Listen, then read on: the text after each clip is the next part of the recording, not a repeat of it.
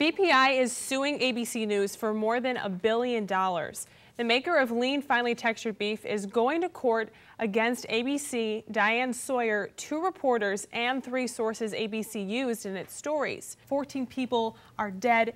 50 more could be hurt.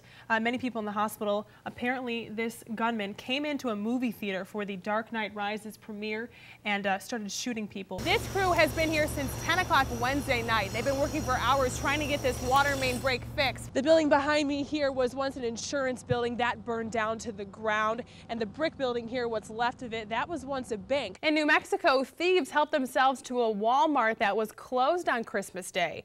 And the whole heist was caught on surveillance cameras. Check it out. All of the truck drivers agreed on one thing: your safety isn't worth fighting Mother Nature. Let it snow, and let it snow. That is the big story of this morning. We'll talk about as much snow as you can get, plus probably more than you'd like to. In this one package that Mike picks up from California, there's actually 10,500 bees, including the queen. Eldred says he believes business owners should be the ones who decide how to pay their employees. Tomorrow, Katie, free pancakes at Perkins. You got my attention. Yes, I know I did. But this all is for a great cause. It is for the Give Kids the World Pancake Day. We'll have more on that here in just a minute. And of course, Katie, you will get some pancakes, and I'm sure you'll be happy about that. That sounds pretty delicious, especially right now. I know. Pancakes. Sounds great. 8th graders at East Middle School line up for lunchtime. They began class 4 hours ago. Now their stomachs sit empty. Sometimes they get the pork sandwich, the chicken nuggets, sometimes get the pizza, and then usually a fruit and a snack to go with it. School lunch options have changed, especially this year. Sioux City schools now serve bigger fruit and vegetable portions. I usually get the carrots or the bananas. Along with those added fruits and veggies is a calorie limit. For 6th through 8th graders, the USDA puts a 600 to 700 calorie limit for school lunches. Sioux City Schools Food Services Director Rich Luzzi says he agrees with Congressman Steve King's worry that kids are going hungry because of the restriction. Raise that limit a little bit and not put every child on a diet, basically, you know. So it would be nice to see if we could have a little bit more of a leeway there to make the menu planning easier.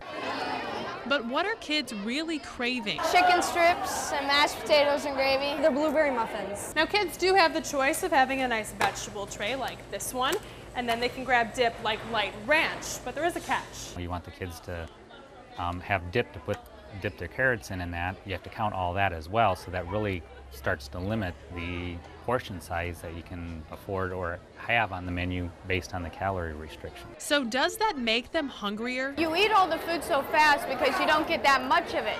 You small servings. Bigger boys that are into sports that always ask me for my food, so my plate is always empty.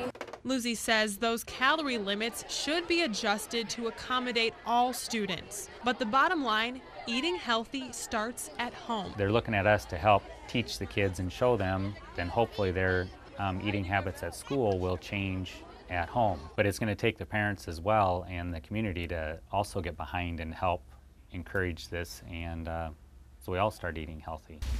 Daryl Morse has a passion for winemaking fruit. These are La Crosse grapes, and it's probably my favorite grape out here as far as the winemaking goes. He, his wife, son, and employees oversee 3 acres of this vineyard. The Breezy Hills Vineyard, as he appropriately named it. A lot of people say that it's the romance that gets them into it, but I can tell you right now that it's a lot more work than it is romance. Romance or not, they continue to plant, knowing it would take 3 to 5 years until they could pick the grapes to make wine. You can kind of taste it, but there's almost a pineapple taste that comes through on it. Next to the vineyard is the wine shop, a place for visitors to stop by and taste his nearly 24 handcrafted fruit and grape wines. This is our sparkling rosé. It's a brut sparkling wine made from the Frontenac grapes, and it's made in the true French style in that we do everything by hand. But this year, Daryl's had challenges. Back in April, Daryl says it got down to 27 degrees at night, causing him to lose much of his fruit, essentially putting a dent in his wine business this year. We didn't get any of our Deshonak. So we'll actually next year have a void in the production. Daryl's biggest challenge this year wasn't in the vineyard. In June, Daryl was diagnosed with stage 4 liver and gallbladder cancer.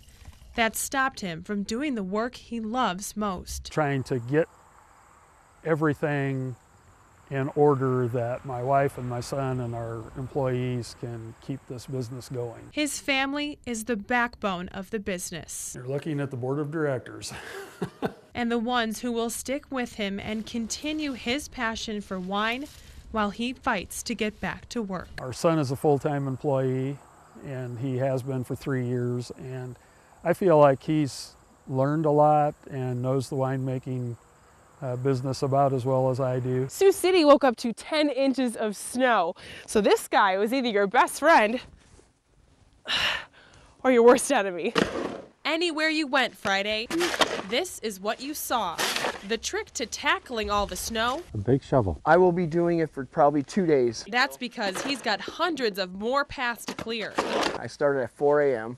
and it took me 2.5 hours. I had drifts in between my side, between the fence and the building. I had drifts 3 feet high. If you're not from around here, say Arizona, what a morning to wake up to. We were trying to get the car into the driveway, and so we had to shovel, and it took Larry quite a bit to get it into the driveway, to get it out of the way of the snow plow. Then there's 74-year-old Bev Shabandi. A lot of years of shoveling. Her exercise regimen consists of an hour-and-a-half of push-ups, sit-ups, and walking to be in shoveling shape. Actually, it's pretty nice because we're meeting neighbors. Don't mind it. And why not use what's around the house or in the driveway? I was trying to use it as a sled, but I biffed it in the snow and went belly up in the snow, and then my friend was here scooping, and I didn't have a shovel. I decided it would work great. Meanwhile, down the road at Grandview Park, the Sioux City slopes were packed. It's really thick and it's hard to get through. A perfect day for a snow day. Having a ball in Sioux